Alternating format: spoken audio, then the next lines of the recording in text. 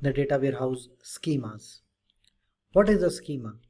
In data warehouse, a schema is used to define the way to organize the system with all the database entities like facts, dimensions, measures, grains, and their logical association with each other.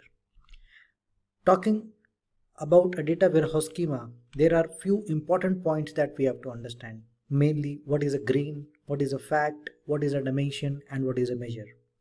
After understanding these points, we will deep dive into the types of data warehouse schemas, which are mainly star schema, snowflake schema, and fact constellation schema.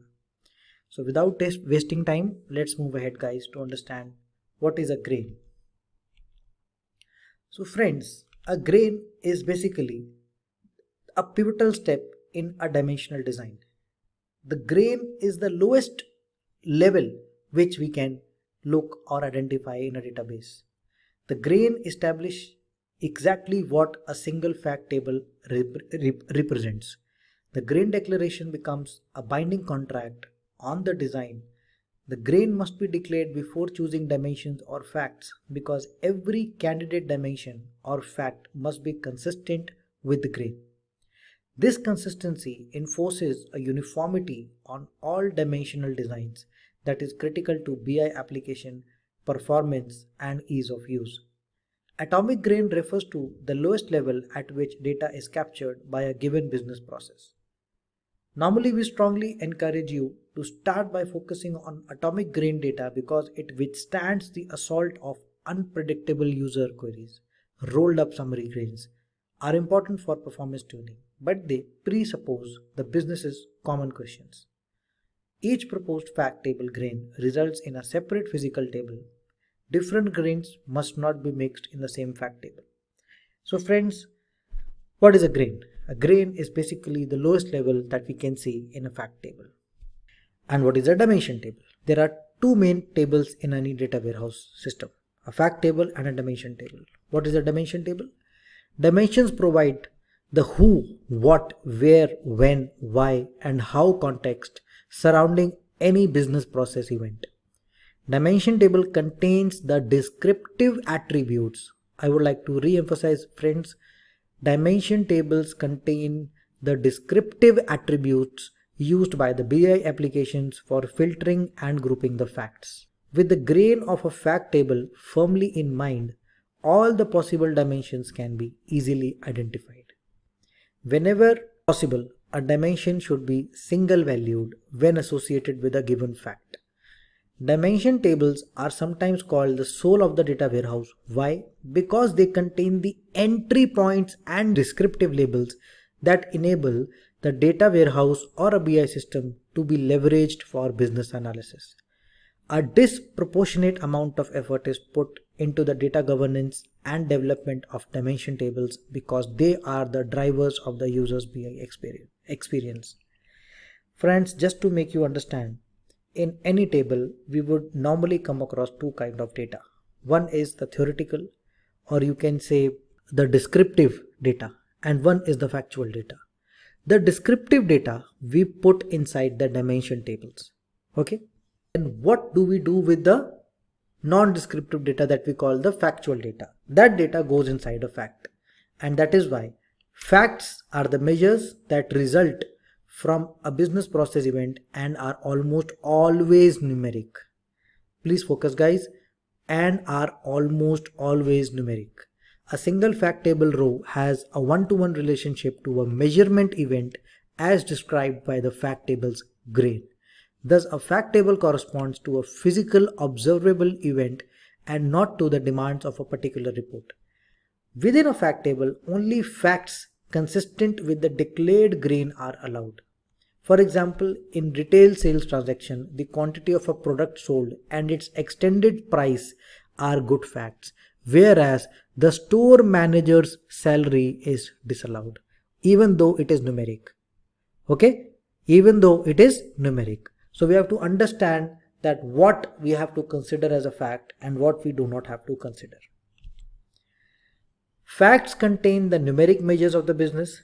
They contain facts. Facts and dimensions are connected to each other.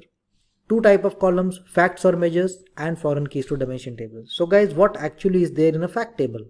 In a fact table, we will find two things. Either we will find facts or we will find the foreign keys which are relating them to the dimension tables. The fact tables may contain date stamp data, that is also very much possible. A fact table might contain either detail level facts or facts that have been aggregated. So very much possible. What does it mean? For example, it might contain the number of units being sold in a particular day. That is an aggregated data. For example, on Monday, the number of units sold were 20. On Tuesday, it is 30. Okay, so all this is an aggregated data, and we can have individual data also in a fact table, right? Like the price of a car, okay, the price of a model, okay. So these individual values are also available. So it all depends how we are using the fact tables. The last but not the least is the measures. Measures can be qualitative like a product ID or quantitative like the price of a product. As I said, it can be qualitative like a product ID or quantitative like the price of a product. These details about the fact is called a measure. Okay, remember guys, what is a fact table? Combination of foreign key and measures. What is a measure? This is a measure. Part of data modeling is applying calculations or aggregations to quantitative measures as necessary for the data model. The qualitative measures can be then linked to specific characteristics of the measures which are called dimensions. So friends, I hope we are able to draw an imaginary line where we are moving from measure inside a fact through a foreign key inside a dimension table. So this is how the traversing between facts and dimension tables actually happen. We have types of measures also. What are the types of measures? Additive, measures that can be added across all dimensions. Semi-additive, measures that can be added across few dimensions and not with others. Non-additive means measures that cannot be added across all dimensions. So guys, I think these few concepts makes the understanding more clearer, and we can deep dive into other components. One more important component is the examples of dimension, fact and measure. So here this is an example of one of the schema, and in this I would like to emphasize that this is a sales table and we are considering it as a fact table, and it is surrounded by dimension tables called product, organization, time and location. Friends, please try to understand what is there inside a dimension table. First, we will have a primary key.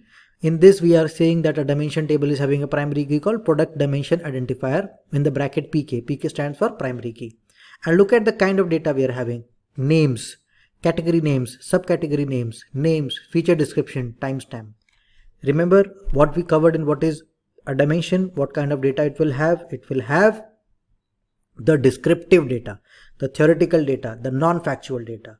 And friends, look what is there inside this sales fact table. Sales fact table is very much full of the foreign keys, because fact table is a combination of foreign key and measures. So we have 4 foreign keys because this fact table is connected to 4 dimension tables. One is time dimension identifier, which is connected to time dimension, location dimension identifier, which is connected to location dimension, product dimension identifier connected to product dimension, and organization dimension identifier linked to organization dimension. And after that we have 2 measures. One is the sales dollar and one is the date timestamp. So friends, this is an example how a schema basically looks like, and how a fact table looks like, and how a measure looks like. I hope it made things a bit more clear.